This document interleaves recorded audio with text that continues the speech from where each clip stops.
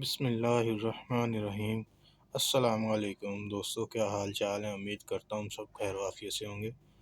دوستو، جس طرح کہ ہم بات کر رہے تھے حضرت خالد بن ولید رضی اللہ تعالیٰ عنہ کی زندگی کے بارے میں، پہلے ایک پارٹ میں نے آپ کے ساتھ شیئر کیا، آج ہم دوسرا پارٹ شیئر کرتا ہوں آپ کے ساتھ۔ دوستو، حضرت خالد بن ولید رضی اللہ تعالیٰ عنہ کسی لالچ کی وجہ سے اسلام میں نہیں داخل ہوئے تھے،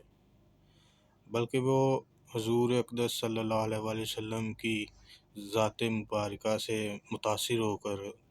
اسلام میں داخل ہوئے تھے۔ انہیں کوئی اور دوسرا کوئی لالچ نہیں تھا۔ دوستو،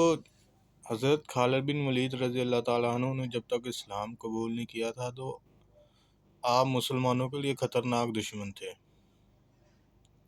جنگ بدر میں جب کفار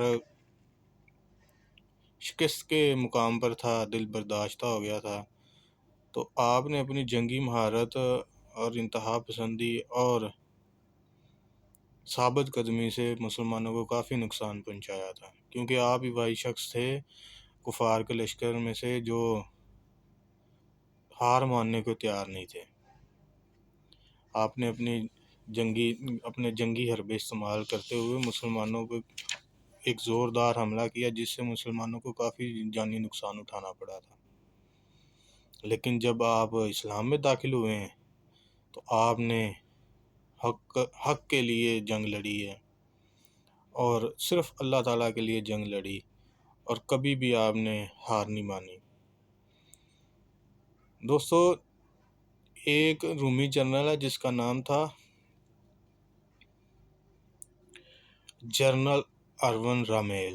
جب اس سے پوچھا گیا کہ تیری کامیابی کا کیا راز ہے، تو اس نے فوراً کہا کہ میں مسلمان جرنیل حضرت خالد بن ولید رضی اللہ تعالیٰ عنہ کی جنگی مہارت کو استعمال کرتا ہوں، ان کو بروئے کار لاتا ہوں، ان کی جنگی مہارت کے اوپر عمل کرتا ہوں۔ دوستو، اسی طرح جب آپ نے اسلام قبول کیا تو آپ نے پہلی جنگ موتا لڑی تھی۔ آپ بطور سپاہی کے طور پہ گئے تھے جنگ موتا میں، تو 3 جرنیل مسلسل شہید ہونے کے بعد لشکر اسلام کی قیادت آپ کے سپرد ہو گئی تھی۔ دوستو، اصل میں جنگ موتا شام کے سرحدی علاقے پر واقع ہے، ایک بستی کا نام ہے جسے موتا کہتے ہیں، اور اس مقام پر جنگ ہوئی تھی، اس لیے اس کو جنگ موتا کہتے ہیں۔ دوستو، ہوا یہ کہ حضور اکرم صلی اللہ علیہ وآلہ وسلم نے اپنے ایک جانسار صحابی حارث بن عمیر ازدی رضی اللہ تعالیٰ عنہ کو خط دے کر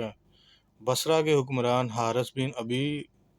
شمر غسانی کے پاس جانب روانہ کیا۔ تو ابھی وہ شام کے سرحدی علاقے پہنچے ہی تھے کہ ادھر کے گورنر، جس کا نام شرحیبل بن عمرو غسانی تھا، اس کو خبر ہوئی تو اس نے آپ کو گرفتار کیا اور بڑی بے دردی سے قتل کر دیا تھا۔ جب یہ خبر حضور اکرم صلی اللہ علیہ وسلم کے پاس پہنچی تو آپ بہت رنجیدہ ہوئے، آپ کو بہت دکھ ہوا۔ اس کے علاوہ 15 صحابہ کرام رضی اللہ تعالیٰ عنہ کی ایک جماعت تبلیغ کے لیے سرزمین شام میں دعوت و ارشاد کے کام میں مصروف تھی۔ ان تمام صحابہ کرام کو ذات الطلحہ کے مقام پر دھوکہ دے کر گرفتار کیا اور انہیں بھی قتل کر دیا گیا تھا، اور ساتھ ہی میں جو ادھر کا جرنیل تھا شاہ روم تھا، اس نے مدینہ منورہ میں فوج کشی کا بھی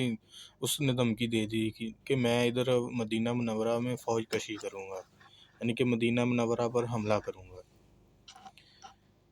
تو یہ وہ بنیادی اسباب تھے جن کی بنیاد پر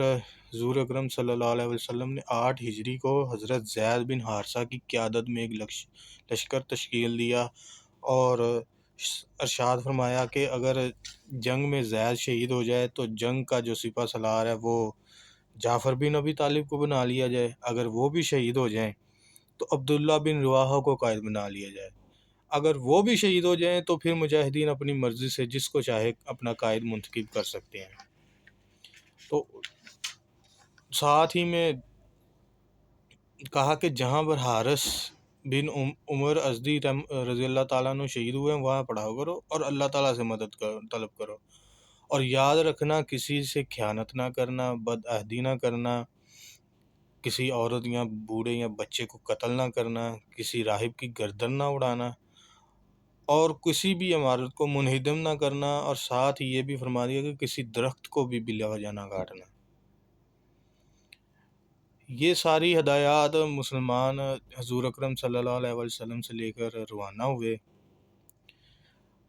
جب یہ سرزمین شام کے سرحدی صوبے بلقا میں داخل ہوئے تو انہیں معلوم ہوا کہ شاہ ہرقل نے مٹھی بھر فوج جو ہے نا مسلمانوں کے لیے ایک جال بچھایا ہے۔ تو وہ لہٰذا مجاہدین نے اپنا راستہ تبدیل کیا اور دوسرے راستے سے موتا کے مقام پر پہنچ گئے۔ وہاں پر دونوں فوجوں کو آمنا سامنا ہوا۔ مسلمان بڑے بڑے حوصلے سے لڑنا سٹارٹ کر دیا مسلمانوں نے، اور جب لڑائی شروع ہوگی تو حضرت زید بن حارثہ رضی اللہ تعالیٰ عنہ نے قائدانہ ذمہ داری کا احساس کرتے ہوئے زوردار حملہ کیا، کیونکہ آپ قائد تھے، آپ لشکر کے جرنیل تھے، تو آپ نے اپنی جو ذمہ داری تھی اس کا احساس کرتے ہوئے ایک زوردار حملہ کیا۔ اپنی مٹھی بھر فوج کا حوصلہ بلند کرنے کے لیے آپ نے چومکھی لڑائی لڑی، یعنی کہ بہت ہی پیارے انداز میں لڑائی لڑی۔ ہر طرف تہلکہ مچاتے ہوئے دشمنوں کی صفوں کو چیرتے ہوئے مسلسل آپ آگے بڑھتے گئے، دیوانہ وار لڑتے ہوئے آپ نے جام شہادت نوش کیا۔ ان کے بعد جعفر بن ابی طالب رضی اللہ تعالیٰ عنہ کے پاس قیادت آ گئی۔ آپ نے جھنڈا ہاتھ میں لیا، گھوڑے کو ایڑ لگائی اور دشمن کی صفوں میں گھس گئے۔ آپ دشمن کی صفوں میں گھس کے ان دشمنوں کو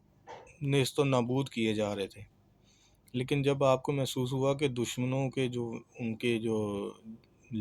یعنی کہ ان کی صفوں میں جب آپ گھسے تو آپ کو گھوڑے کی رفتار کم ہو گئی، آپ کو اس طرح محسوس ہوا کہ گھوڑے سے کام نہیں چلے گا، تو آپ نے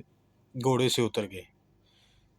تو آپ نے دشمنوں کی صفوں میں گھس کر انہیں تہہ تیگ کرنے لگے، ان کو خوب، یعنی کہ آپ نے خوب بہادرانہ صلاحیت کا مظاہرہ کرتے ہوئے دشمنوں کو کافی نقصان پہنچایا تھا آپ نے۔ لیکن ایک دشمن کا وار جو آپ کو لگا، اس سے آپ کا جو دایاں بازو ہے وہ کٹ گیا، تو آپ نے جھنڈا جو ہے بائیں بازو میں تھام لیا۔ جب دوسرا وار ہوا تو آپ کا بایاں بازو بھی کٹ گیا، تو آپ نے جھنڈا جو ہے پیروں کے سہارے زمین پر نہ لگنے دیا۔ تو تیسرے وار میں ایک دشمن تھا، اس نے تیسرا وار آپ کی کمر پر کیا، جس سے آپ لڑکھڑاتے ہوئے زمین پر گر گئے۔ اس کے بعد جو لشکر کی قیادت ہے حضرت عبداللہ بن رواحہ کے پاس آ گئی، وہ بھی دشمنوں کو مارتے ہوئے، بہادری کا مظاہرہ کرتے ہوئے وہ بھی شہادت کا جام نوش کر گئے۔ مسلسل 3 جرنیل کی شہادت کے بعد مسلمان جو مجاہدین تھے وہ ہر طرف ان میدان میں کوہرام مچ گیا کہ 3 جرنیل شہید ہو گئے ہیں، تو مسلمانوں کے حوصلے جو ہیں پست ہونا شروع ہو گئے۔ تو ادھر مجاہدین کی قلت تھی اور ادھر روم کی فوج تھی، 2 لاکھ فوج تھی، تو مقابلہ تو کوئی نہیں نہ بنتا، اور جب آپ کے جو قیادت کرنے والے ہیں وہ بھی شہید ہو جائیں تو پھر جو فوج دوسری ہے اس کے حوصلے بھی پست ہونا شروع ہو جاتے ہیں۔ لیکن حضرت ثابت بن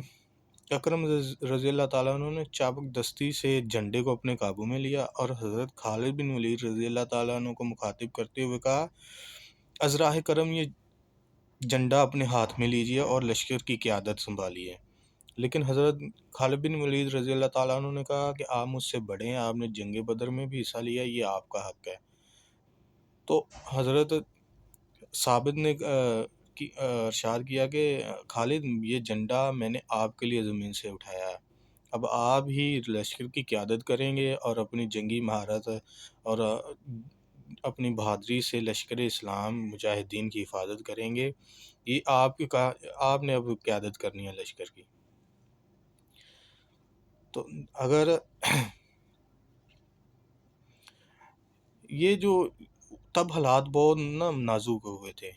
تو کوئی بھی اور نہیں چارہ سوچ رہا تھا، تو جو حضرت زید تھے، جی بالکل، حضرت ثابت جو تھے، تو انہوں نے کہا کہ آپ مجاہدین سے بھی پوچھ سکتے ہیں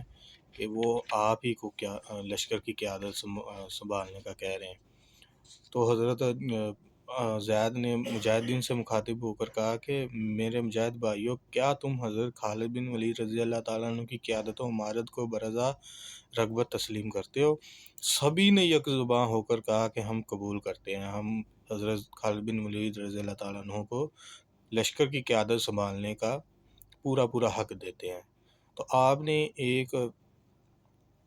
پہلے روز جب آپ نے اپنی جنگی تدابیر کو بروئے کار لاتے ہوئے ایک چھوٹی سی مسلمانوں کی ٹکڑی کو منظم کیا، اور ان کو بس کہہ دیا کہ آپ نے چاروں طرف جو ہے نا وہ گھوڑے دوڑانے ہیں، جس سے جو مٹی تھی وہ اڑنا شروع ہوگی، تو رومی فوج کو اس طرح لگا کہ جیسے مسلمانوں کی مدد آنا شروع ہو گئی ہے، تو ان کے حوصلے پست ہو گئے۔ تو آپ نے جب موقع کو دیکھا تو آپ نے اس موقع کو غنیمت جانا، اور آہستہ آہستہ جو مجاہدین تھے ان کو پیچھے ہٹاتے آپ ان دشمن کے نرغے سے صحیح سلامت واپس لے آئے۔ اس کے برعکس جو رومی فوج تھی، وہ تو اس منصوبے کے ساتھ آئی تھی کہ آج کسی بھی مجاہد کو زندہ واپس نہیں جانے دینا، کیونکہ وہ ایک جنگ وہ انہوں نے ایرانیوں کو شکست دی تھی اس جنگ سے پہلے، تو وہ اپنی اس فتح کو بہت ناز کر رہے تھے، اور کہہ رہے تھے انہوں نے سوچا تھا کہ آج ایک بھی مجاہد جو ہے مسلمان کوئی بھی اس میدان سے زندہ واپس نہیں جائے گا۔ لیکن حضرت خالد بن ولید رضی اللہ تعالیٰ عنہ نے اپنی جنگی مہارت کو بروئے کار لاتے ہوئے مجاہدین کو صحیح سلامت دشمن کے نرغے سے واپس لے آئے تھے۔ آپ ہوا اس طرح کہ لڑائی کے آغاز میں حضرت خالد بن ولید رضی اللہ تعالیٰ عنہ نے ایک زوردار حملہ کیا۔ اس حملے میں آپ کے ہاتھ سے 9 تلواریں ٹوٹی تھیں۔ تو جب دوسرے دن رومیوں کی گھبراہٹ، پسپائی اور خوف راز کو دیکھا، تو آپ نے اس موقع کو بھی غنیمت جانتے ہوئے لشکر اسلام کو بچا کر واپس لانے میں کامیاب ہو گئے۔ اس طرح کے نازک حالات میں مجاہدین کو میدان کارزار سے واپس محفوظ لے آنا، یہ بھی جنگی تاریخ میں ایک ناقابل فراموش واقعہ ہے۔ دوستو، باقی انشاءاللہ تعالی ہم کل بات کریں گے۔ اللہ آپ کا حامی و ناصر ہو، دعاؤں میں یاد رکھیے گا۔ السلام علیکم۔